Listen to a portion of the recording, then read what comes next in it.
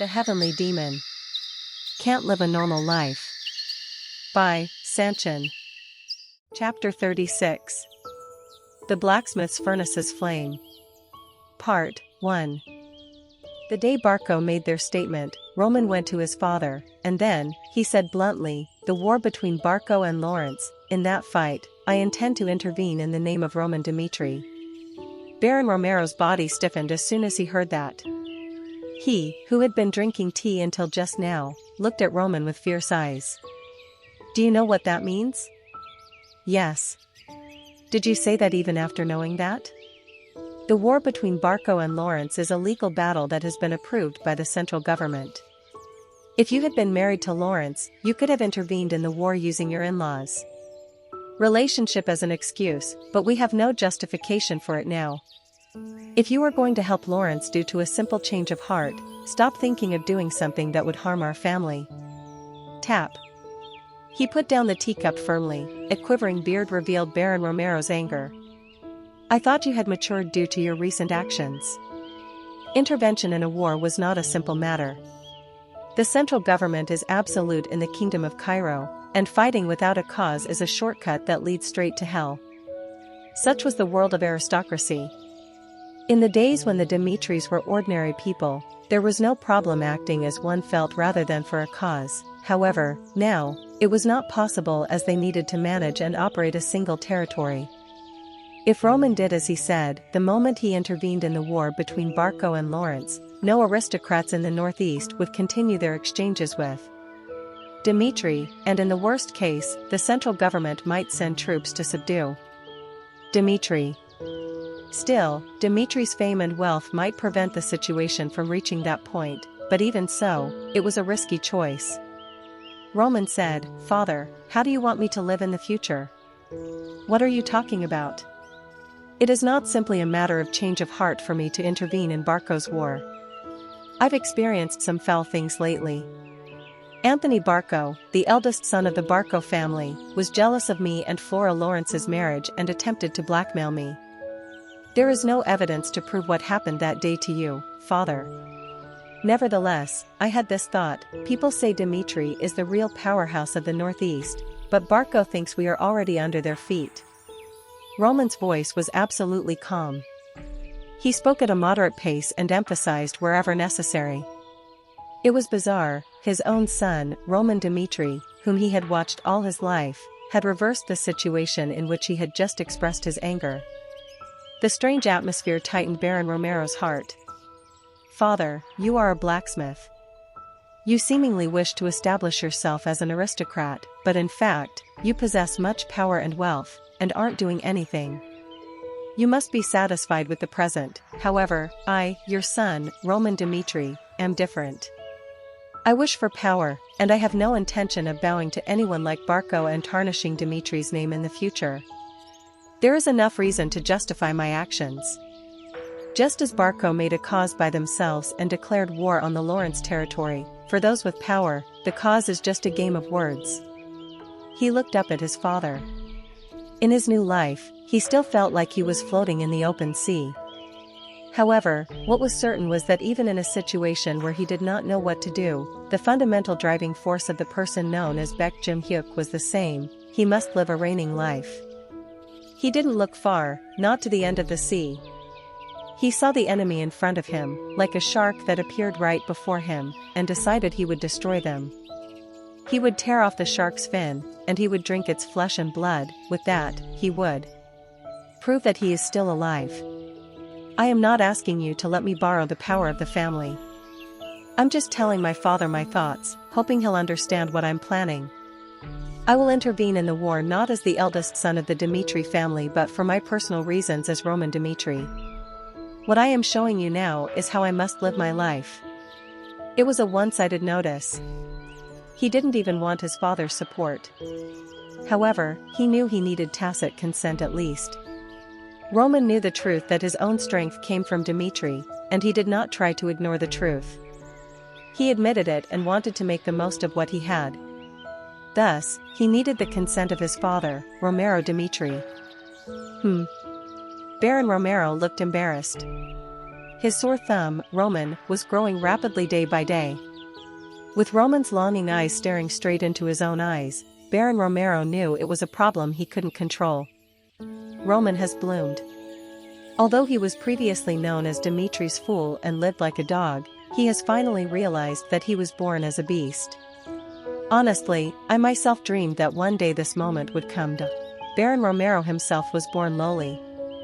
In the end, he wanted his sons to go beyond the limits of their status, unlike himself, who was content with a small territory. In the room, silence lingered for quite a while. Finally, Baron Romero, who was looking at Roman silently, said with a determined expression, "Do as you will. And if there's anything I can help with, just tell me. You are my son, and I, Romero Dimitri, am your father. No matter what you do, you are not fully responsible for it." That was enough. Eventually, his father gave Roman what he wanted. Originally, Roman didn't need his father's help. He planned to do things on his own, but he only needed help for one thing: weapons to arm his soldiers. Roman had 30 private soldiers. I can't just push them into battle naked. All material things, such as the salary paid to his soldiers, came from his father, so he spoke frankly about what he wanted. "All right," father said, he would be happy to help. "Go to Hendrik, the master of the forge. If you say this is my request, he will support you with anything you say you need." Master Blacksmith, it was the symbol of the Dimitri family.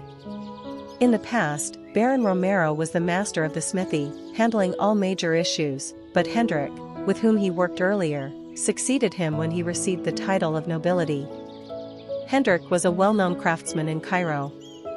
Therefore, as the master blacksmith of the Dimitri family, he oversaw all the other blacksmiths. He was also a man Roman had always wanted to meet. As soon as Roman left, he headed straight to the forge, and soon after, he heard a familiar sound. Kang. Kong. Kong. Dimitri's forge, it was a space where fire was visible day and night. The blacksmiths of the smithy smashed the metal while their forearms wriggled with muscles, and the scenery spread endlessly everywhere. Dimitri's forge was the largest in the Kingdom of Cairo. A workshop where several blacksmiths can work simultaneously is classified as one, and there were as many as 30 such workshops in a space called Blacksmith Street. It was truly incredible. As to how Dimitri was able to amass enormous wealth, the question was immediately resolved by looking at this space. The reason Dimitri is strong is that their wealth comes from their skills. The iron mine behind the estate has the largest reserves in the kingdom, and Dimitri's blacksmiths have the technology to process and sell the iron they mine at a high price. That's why the nobles in the northeastern part of Cairo's kingdom never tried to fight Dimitri. Aside from being afraid of Dimitri's wealth, if Dimitri's iron weapons would not be supplied in the kingdom of Cairo, that will be a fatal problem in itself. Step. Some blacksmiths saw the figure of Roman. Dimitri's eldest son had appeared at the forge, but no one wanted to greet Roman first. It wasn't a matter of reputation. Regarding this, Baron Romero had something to say. "Son, Dimitri's blacksmiths are extremely proud of themselves. They aren't the sort of people who will show blind loyalty just because you're born with Dimitri's surname. Only those who know about blacksmithing can earn the respect of the blacksmiths." For that reason, Roman's brothers lived in the forge. In particular, the second son was greedy for succession and so passionate that he said he would go to the master and learn the techniques himself. On the contrary, obviously, while Roman was alive, he never bothered coming near the forge. Working with iron and crafting while sweating was hard work, so it was not desirable for a nobleman who only wanted pleasure. The blacksmith's cold reactions were expected. Regardless, Roman walked without saying a word, and finally, he arrived at the target space. Clack. "Did you come to see me?" Hendrik, a dark-faced and middle-aged man, looked outside with a sweaty face. When he confirmed that his guest was Roman, he distorted his expression. "Why did you come here?" Hendrik, the master of the forge, judged humans into two classes: someone he likes, someone he doesn't like. And Roman was so firmly in the disliked category that Hendrik was close to adding a very disliked category. What is this guy doing here? Once, there was a time when Roman was brought to the forge by his father. Even then, Hendrik had been eager to teach Romero's eldest son, but he eventually got fed up with Roman's daily complaining and whining about not wanting to do dirty work. Still, if things had ended like that, he wouldn't have hated him, but there was one decisive incident that stuck out in Hendrik's eyes. One day, Roman was in need of money. As his father had banned him from receiving an allowance, he secretly went to the blacksmith's forge to earn money for entertainment. Upon laying eyes on the sword that looked best in his eyes, a blade Hendrik has put his blood, sweat and tears into, he stole it and sold it to a street vendor for a bargained price.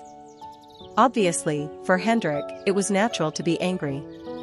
That day, Hendrik beat Roman mercilessly in front of Baron Romero, and at that time, even Baron Romero also stood by and allowed him to hit his eldest son. From that day onward, Roman became the object of loathing for Hendrik, and he hated even talking to him. Hendrik, of course, did not show a good attitude at Roman's request for 30 soldiers' equipment. There in the corner, take some equipment from there. That will be enough for arming 30 men. At the corner of the forge, there were piles of weapons and armor. Just because they're made of the same iron doesn't mean they're all good weapons and armor. Those are failures made by apprentice blacksmiths, but Roman Dmitri doesn't have an eye for good iron anyway. He's a dumb guy who will like them. He knew it was Baron Romero's request. However, he still didn't want to do anything good for Roman. Still regretting the day when he lost his masterpiece, he yearned to slap Roman's cheek again. And due to that, handing over the garbage was the best thing he could do for Roman, because he was Romero's son. This was the best he could do for Roman. Are you telling me to take those? Yeah. Roman looked at the condition of the items. In Hendrik's opinion, he didn't even need to look closely. If it was the Roman he remembered, there would have been no problem, but the perspective of Roman, who contained the soul of Baek Jung-hyuk, was different. Roman said, "My father told me to go get some good weapons and armor to arm my soldiers with. However, is this Master Hendrik's best? Best, my ass. If you're not satisfied with that, get out of the forge right now. Master Hendrik." Clack. Roman picked up a sword. Then, he shone its blade in the sky, looked straight at Hendrik, and said, "It seems that the reputation of Dimitri's ironwork being the best in Cairo is nothing but a myth. I can't believe you even considered allowing soldiers to wear such garbage. Let me ask you again, is this really your best, Master Hendrik?" An intense reaction, that was a scenario Hendrik couldn't have expected in 1,000 years. Chapter 37. The Blacksmith's Furnace's Flame. Part 2. Garbage. At the remark that touched the pride of the craftsman, Hendrik's eyebrows rose sharply. The ironwork from Dimitri is arguably the highest quality in the Kingdom of Cairo. But you, who doesn't even know how a blacksmith works, and has never sweated in front of a hot oven, dare judge the ironwork of Dimitri. His voice rose. The things that Roman evaluated, by Dimitri's standards, they are indeed garbage that cannot even be treated as low-rank armor and weapons. However, he just didn't like that. The remarks came from Roman. In Hendrik's memory, Roman was an incorrigible human, so his face flushed red due to his personal feelings. If it had not been for the request of your father, Baron Romero, I would not have given you anything, Roman Dmitri. You are the eldest son of the Dmitri family, who have made blacksmithing a lifelong business. When your younger brother, Rodwell Dmitri, worked for me for years and took over the chores, you went out on the road, coveting the white-skinned women and wasting your time. Do you know what that means? Being even worse than those things on the floor, Roman Dmitri, you are the garbage that cannot be fixed.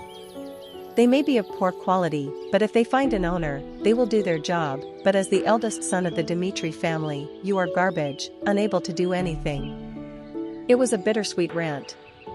Dimitri's roots were in the forge. The family's eldest son, who denied them and neglected them, could not earn the respect of the workers who worked hard to build the family. Is this the case again? Hendrik, it was the first time he had seen him. This is a face that Baek Jung-hyuk does not have in his memory, but he was voicing anger towards Roman Dmitri based on his own experience, not his prejudice. At his point, he was used to it. It didn't take long for him to understand Roman Dmitri, but no one showed friendly feelings toward him from the start, wherever he met anyone. Only one person, only Hans, was an exception. Hans was devoted to Roman, so he brought him into his fence for no particular reason. It's not that I don't understand Hendrik's reaction. If the eldest son of Dmitri was not interested in the smithy, but he came to me when he had a purpose like this and evaluated him, it's natural to have bad feelings. Roman understood the other person's thoughts and the other person's heart. Hendrik's anger was quite natural, but there was one thing that bothered Roman, who faced his anger: Master Blacksmith. The real power of Dmitri and the craftsman who oversees the blacksmith. He deserves respect, but it's a different story when you look at the current situation. He's not denying that the things I've evaluated are garbage, he's angry because the one who evaluated them was Roman Dmitri. Keeping Hendrik and Roman aside, the current circumstances were a separate issue. Clack. Roman picked up the sword that was lying on the floor. Then, he walked outside and shined the sword in the sun. It's not that I don't understand your wrath, Master Hendrik.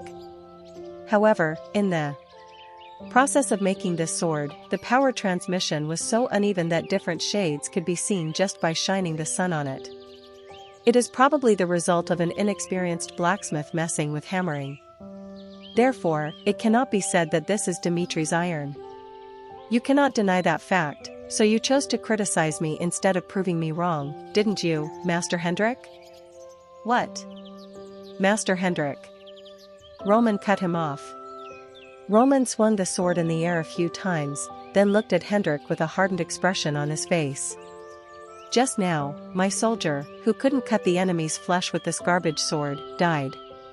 Due to the uneven surface of the blade, the flesh could not be cut cleanly, and the soldier who could not pull out the sword stuck in the enemy's muscle was blown away by their sword with a bewildered expression.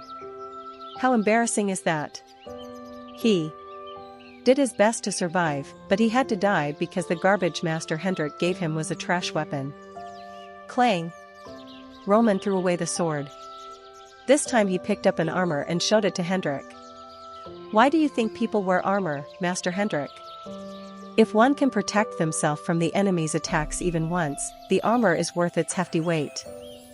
However, a soldier wearing this chain mail which I supplied was betrayed by the armor he trusted and was killed. He believed that the tightly intertwined pieces of iron would protect his body, but the experimental work made by an unknown blacksmith could not stop the enemy's attack. His flesh was pierced, holes were made, and his guts spilt through the chainmail. What the hell are you talking about? You still don't understand what I am saying? People's prejudice?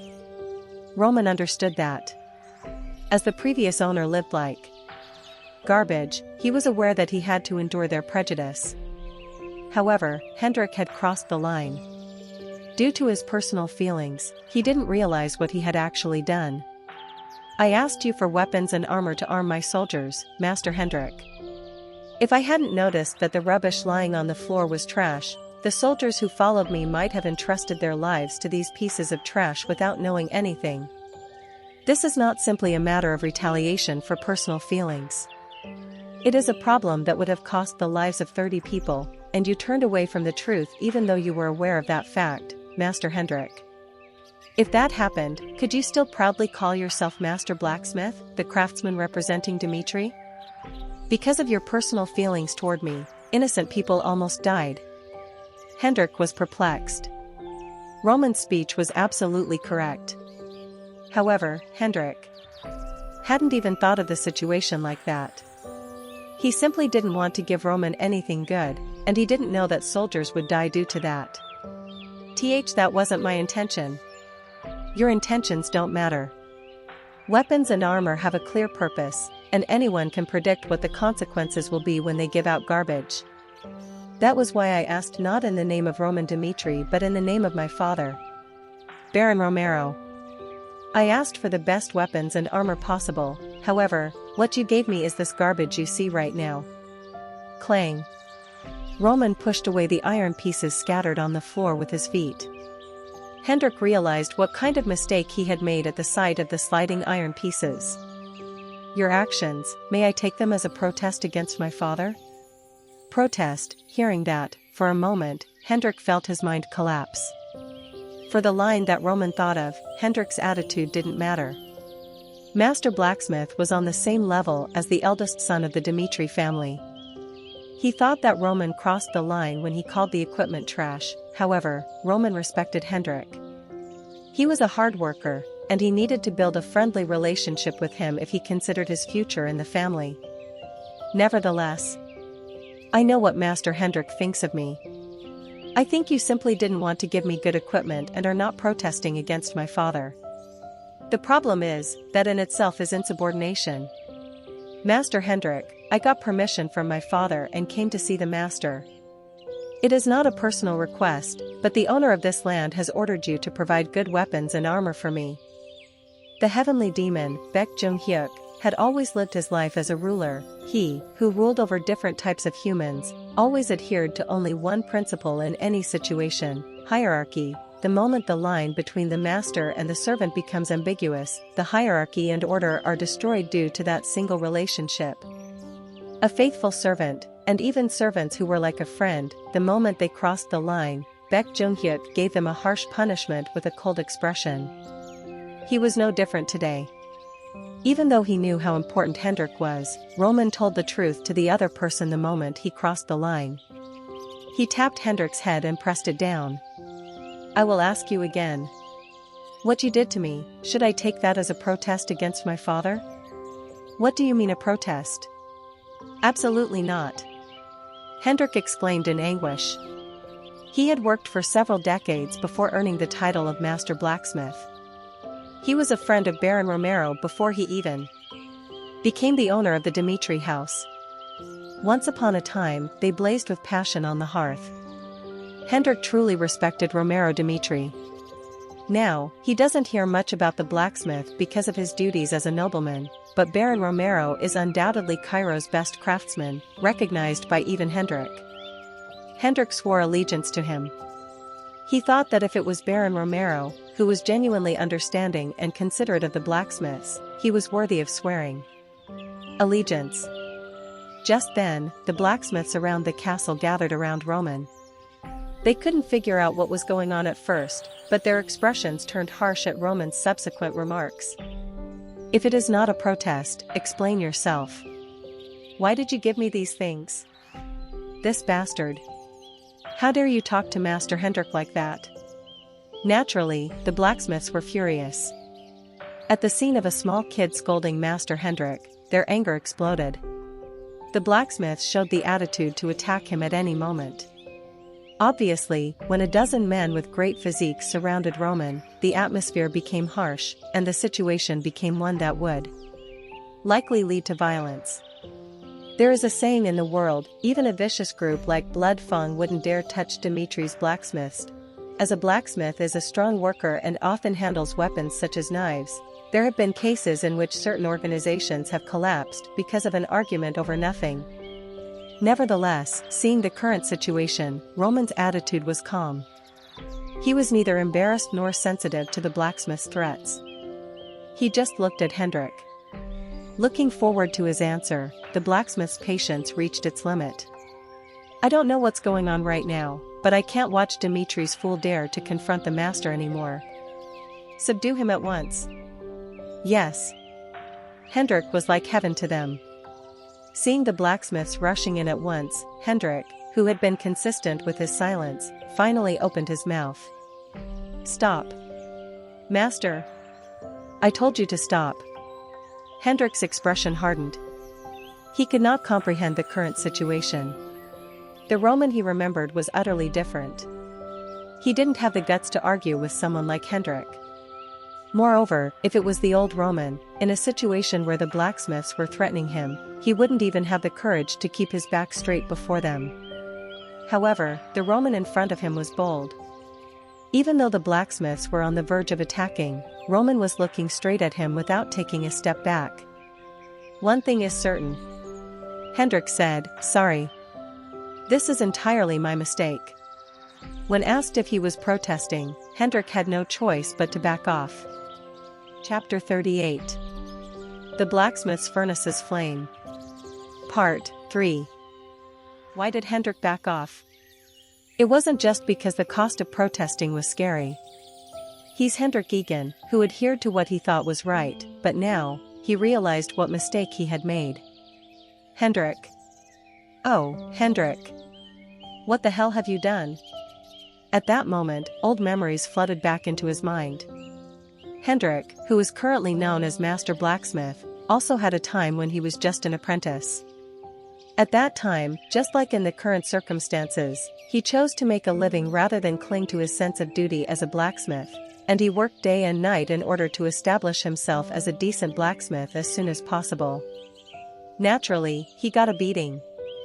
Dmitri has now abolished his past bad habits, but the bruises never faded from his body when Hendrik was learning to work. One day, a mercenary came to the forge. The mercenary, who had just started to get out into the real world, brought only 1 silver and asked the blacksmith to sell him a sword. He said, "I am well aware that it is not enough money to buy a good sword. However, this is all my possessions, and if you sell me the sword, I promise to pay it back tenfold later. I have a family to support. All I have is a strong body, so I need a weapon to make money." It was actually common, those with neither land to farm nor special talents believed only in their one body and jumped into the mercenary work. The current situation was the same case. However, the master of the smithy was not compassionate enough to give a sword to a man he had never seen before, so he spat bitter swear words at the mercenary and drove him out of the smithy. At that time, the back of the mercenary was truly miserable. Hendrik couldn't stand still as he looked at the slumped shoulders carrying the burden of his family on his shoulders. Secretly, Hendrik followed the mercenary. Then, without asking for anything in return, he gave him the first sword he had made without his master's knowledge. Back then, he was happy. Seeing the mercenary shed tears and express his gratitude, Hendrik thought that this might be the true happiness of being a blacksmith. It was that moment when he was proud of his job for the first time, and Hendrik, who returned to the forge, immersed himself in his work with the thought of making a better sword. However, after 1 month, when he faced the mercenary's corpse, Hendrik felt his world collapse. Behind the family's cries, people talked about why the mercenary died. This time, he was on a top escort mission and died. Poor guy. If only his sword had not broken in the process of dealing with the bandits, he would have been able to come back alive just like the other guys. That's why one should use good weapons. I know. Everyone else is fine, but only he was dead, right? Hearing that, Hendrik's heart sank. His hands and feet began to tremble. What he thought was a good deed had taken a mercenary's life. Then, a strange feeling arose within him. It was only then that he understood why his master had said it was too early for him to make swords. However, no matter how quickly he regretted it, he could not turn back the reality in front of his eyes. Due to that, Hendrik lived as a poor man for a while. Without the help of his close friend, Baron Romero, he would not have been able to return to the forge. Due to that pain, Hendrik vowed never to repeat something like that again, and he was able to overcome such a painful past and grow into a master blacksmith. However, he made the same mistake now as he did back then. Hendrik, for a moment, forgot his past mistake and repeated the mistake he regretted countless times just because he didn't like Roman. It's really pathetic. No excuse could work in the current situation. For whatever reason, as Roman pointed out, he nearly killed an innocent person with the rubbish he handed over. He took back what he said. He made no excuses. If Roman punishes me, whether that is the price of protest or some other punishment, I will humbly accept it. I will pay for my actions. Master. At Hendrik's words, the blacksmiths tried to stop him with bewildered faces. They could not accept the current situation. Hendrik was their everything, and Roman was not Baron Romero, so he could not be punished directly by Roman Dmitri or anything like that. Roman held the hilt. Hendrik looked up at Roman's face, waiting for his punishment. At that moment, his eyes met Roman's eyes. "If you are so sorry for your mistake, I will not question you anymore. Let's get back to the basics. I know that Master Hendrik is a great blacksmith. Therefore, I would like some equipment to arm 30 soldiers." Roman's words were truly unexpected. Hearing them, Hendrik's pupils shook wildly. He was an outrageous guy. He acted like he would bring severe punishment down on the master, but when given a chance, he showed mercy. Roman understood Hendrik. He understood how difficult it was for him to admit his mistake in front of his followers. Roman truly understood his position. Anyone can make mistakes. At the very least, if the mistake is something that can be compensated for, an act of repentance will give them another chance. Punishing his own beloved servant only happened when the actions of the said servant were severe. However, it was different from now. Hendrik was a man with a bad relationship with Roman, and he only took timid revenge, not thinking about what will happen due to his own judgment. If he didn't show any remorse, Roman could call it malice, but at least Hendrik knew what was right and what was wrong. Penalty and punishment should not contain emotion. That was Baek Jung-hyuk's iron rule, and he always acted according to the iron rule. Roman said, "As I said before, I don't think Master Hendrik was intentionally trying to protest. Perhaps it's because of the antipathy towards me, and I fully understand that feeling. So, I want us to put our mistakes aside. All I want is swords and armors that will protect the lives of my soldiers." It was like a stick and a carrot. After swinging his stick until Hendrik's skin was reddened, Roman presented the carrot with clever eloquence. Seeing Roman's attitude, Hendrik was amazed again. Roman has changed. He had heard rumors. In particular, he was aware to some extent of the reputation around him because he had really changed due to this enlistment recruitment. However, seeing it in person was different. Hendrik, who had been ignoring the truth, had only now seen the true face of Roman. It was different from before. Roman, who had dirty and clouded eyes, became a strong man, and the charisma that came from his sharp eyes made Hendrik's heart tremble. It wasn't just that Roman changed his appearance. It was to the extent that he could be considered a completely different person. Roman was different from his past appearance in every aspect. How is this possible?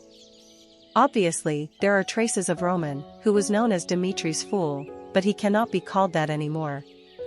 Hendrik's prejudice was stripped away. He acknowledged Roman had changed, and today's incident was his own fault. He regretted it countless times in the past, and he could not tolerate that he gave garbage equipment to Roman.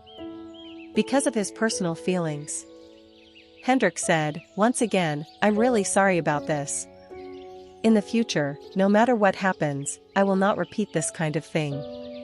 And as an apology, I will prepare weapons and armor for your soldiers with the finest iron Dimitri is proud of." After all the chaos was over, Roman decided to pick up the goods later and left the forge. In the process, he listened to Hendrik's circumstances through another blacksmith. The sword young Master Roman stole that day was a masterpiece made by Master Hendrik. It took 6 months to come up with it, and it was a masterpiece he barely finished while living in the blacksmith for a whopping 3 months. However, the young master sold it to a street vendor at a bargain price, so it was natural for him to be angry. What really upset Master Hendrik was that rather than the fact that young Master Roman stole it and sold it, the masterpiece he had created could not be found and was sold at a low price. Now, Roman understood. Why was Hendrik angry? What was the reason for doing what he did to Roman even though he knew it was against the spirit of craftsmanship? Roman from the previous life has crossed the line. It was an unforgivable mistake. Maybe that's why, before he left for the last time, Hendrik said to Roman, "I have not completely forgiven you for this. I will grant your request because I was wrong, but I still cannot tolerate the neglect of the Dimitri family's eldest son in the forge's work. Keep in mind, Dimitri's roots lie in the forge. In the future, if the day comes when you can make even a single piece of garbage with your own hands, that might be an opportunity when I see you in a new light." Hendrik was stubborn. Although he said that this incident had removed a layer of prejudice, he did not recognize Roman as Dimitri's successor. Nevertheless, even Hendrik had one misjudgment. The Roman Dmitri Hendrik remembers must have been a fool who had no interest in the smithy, garbage that ignores the roots of the family and enjoys only pleasure. It's completely understandable why Dmitri's people hate him. However, Baek Jung-hyuk was different. From now on, shall we prepare for dispatch? Roman took a step. For this outing, one more purpose remained. The place where Roman arrived was a workshop where he initially practiced. The workshop, which was old and shabby back then, was neatly organized enough to be able to work right now. Immediately after he decided to go to war, Roman told Hans to make it usable for its original purpose. Long time no see. Clack. He walked inside and checked his surroundings. It was a nice place. The ceilings were high, ventilation was good, and the lighting properly separated the areas to be lit and those to be darkened. For a blacksmith, ventilation was essential. The smoke and dust from the coal fire obstructed the view, so ventilation was the first priority when checking a suitable forge place. After that, Roman saw familiar things: a furnace for heating, an anvil that looks cold and heavy, and the oak pedestal that supports it, hammers and tongs, and so on. It was something he had seen in Hendrik's workspace, but for Roman, the present moment was special. The first day comes back to my mind. The day I started my life as a Roman. Listening to Dmitri's history in a shabby shack, Roman thought that maybe this was his fate. The heavenly demon, Baek Jung-hyuk, in the history of Murim, he was simply described as the strongest in the world, but those who were even a little interested in him knew a different side of Baek Jung-hyuk. He was exactly what a blacksmith looked like. Right after Baek Jung-hyuk made up his mind to go to the army, he always came to the blacksmith's forge to perform his own rituals. In a life of struggle, to survive, to win, and to rule, Baek Jung-hyuk expressed his own soul in front of the hot flames. Whoosh! Crackle crackle. The furnace heated up, and flames arose from within. From now on, it was his turn to make a sword for himself, preparing for the war in the future. Chapter 39. The Blacksmith's Furnace's Flame. Part 4. The reason Baek Jung-hyuk decided to make his own sword came from an incident that happened when he was 18. At a time when the successor of the demonic sect was not yet decided, and Baek Jung-hyuk was spending his days drained in the conflict of his siblings. Unlike his other brothers, he had no one to protect him, so he often spent up nights staying awake due to the assassination attempts which happened to him. And one day, a guest came in the middle of the night, his 11th brother. Baek Chonghyun attempted to kill his own brother. Thus, the battle between the brothers who shared blood began in the middle of the night. It was a tough fight. Baek Chonghyun was a person who passed the ordeal in the cave, and even in the bloody situation, he was stubbornly attacking the vital points of Baek Jung-hyuk. The physical difference between the brothers was tremendous. Baek Chonghyun was the firstborn child, so he had physical superiority over Baek Jung-hyuk. And the attack of the elder broke the sword of Baek Jung-hyuk. Crack.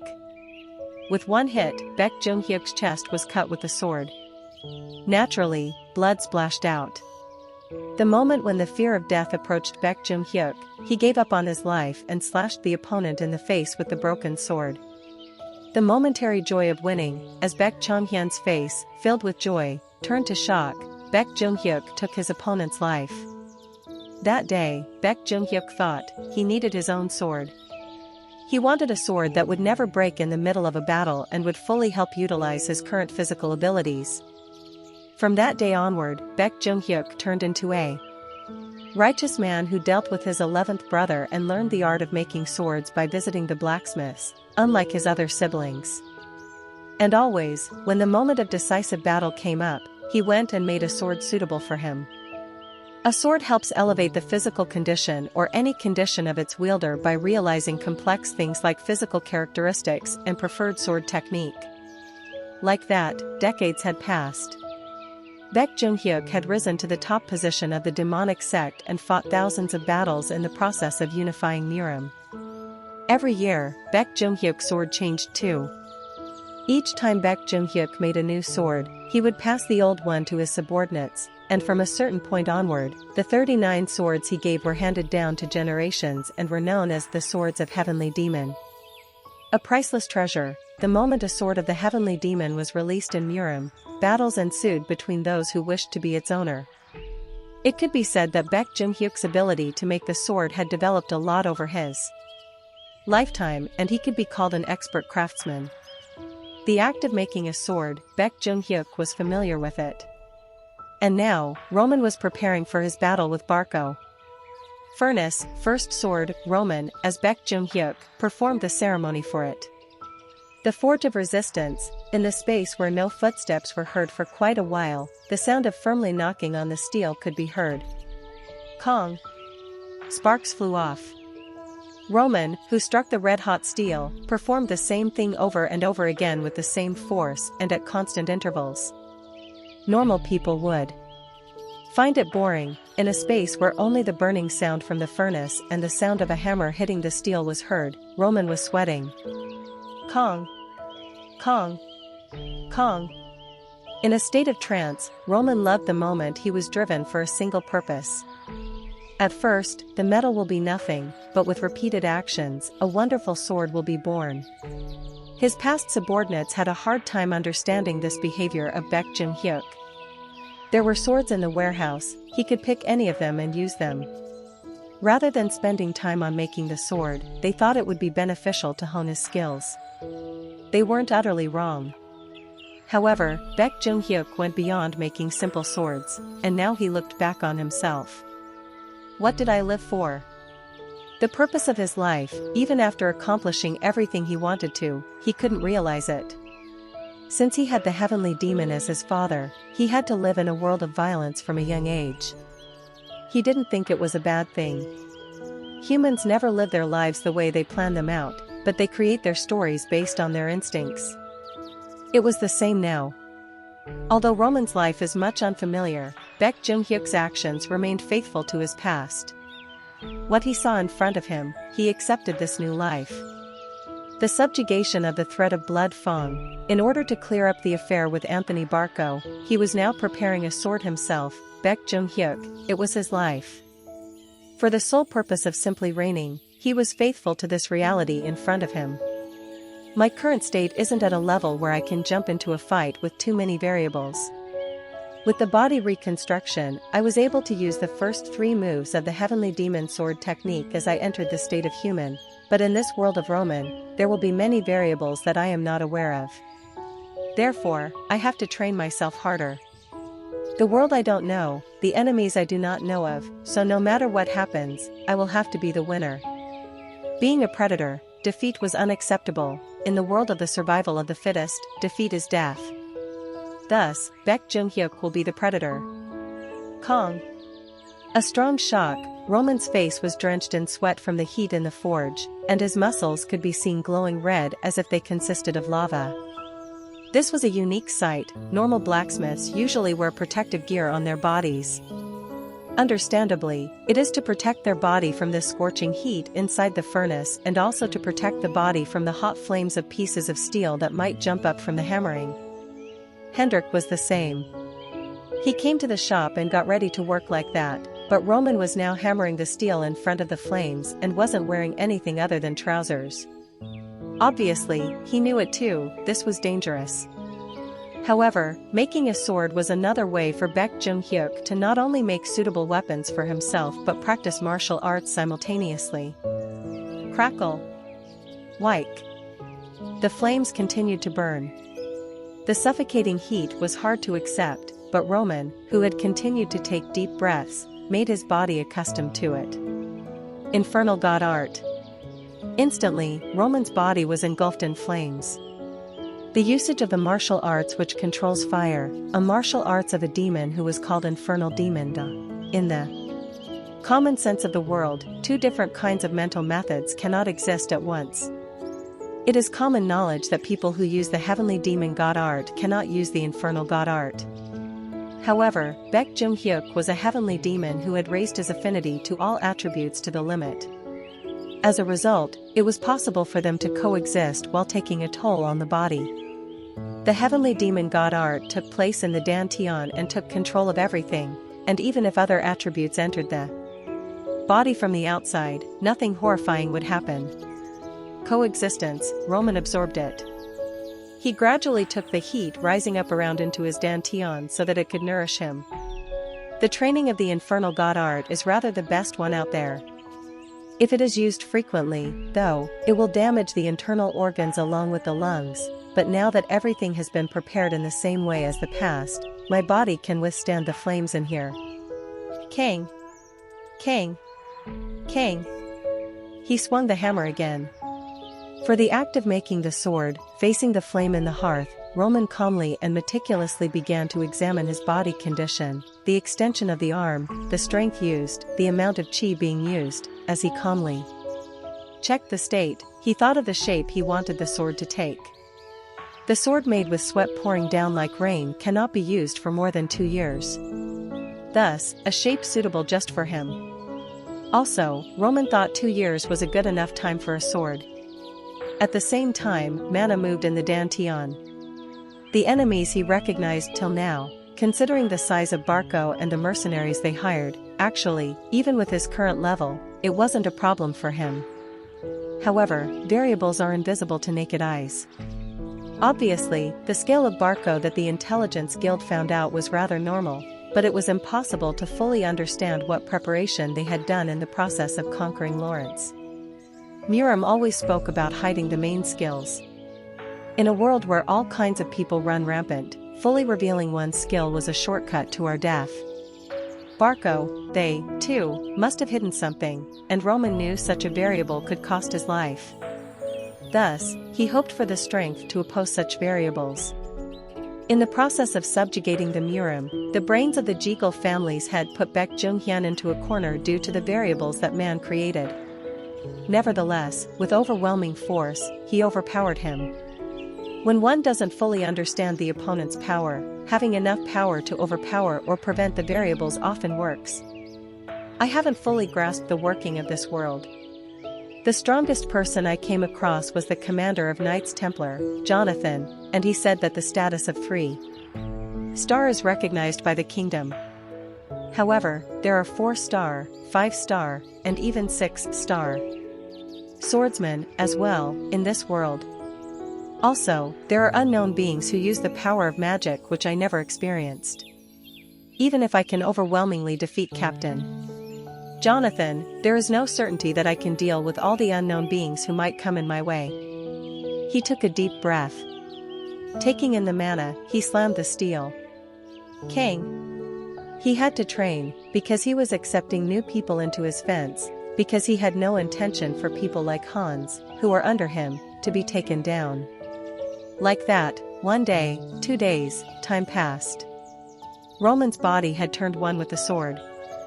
As if he was making himself a sword, he accepted the flaming heat and trained the body. Thus, 10 days passed. Tuck. The sound of hammering came to a halt. The first sword, for a person, the first is very special. Roman looked at the sword shining in the sunlight, and gradually, a smile bloomed on his face as he looked at the slowly dying heat. This sword is perfectly suited to me. The forging period was short. Still, even though 10 days wasn't enough time, he succeeded in producing a sword at a level like this due to his passion and experience. It wasn't an ordinary sword sold in markets, but it was able to accept mana better than a lump of steel, and it met all the conditions Roman wanted. With this sword, my preparation is done. Noticing his Dantian boiling due to heat, Roman gave the sword a name. Naming you after this world, I will call you Salamander. He held the sword. Now, it was his turn to dispatch and expose the true face of Barco.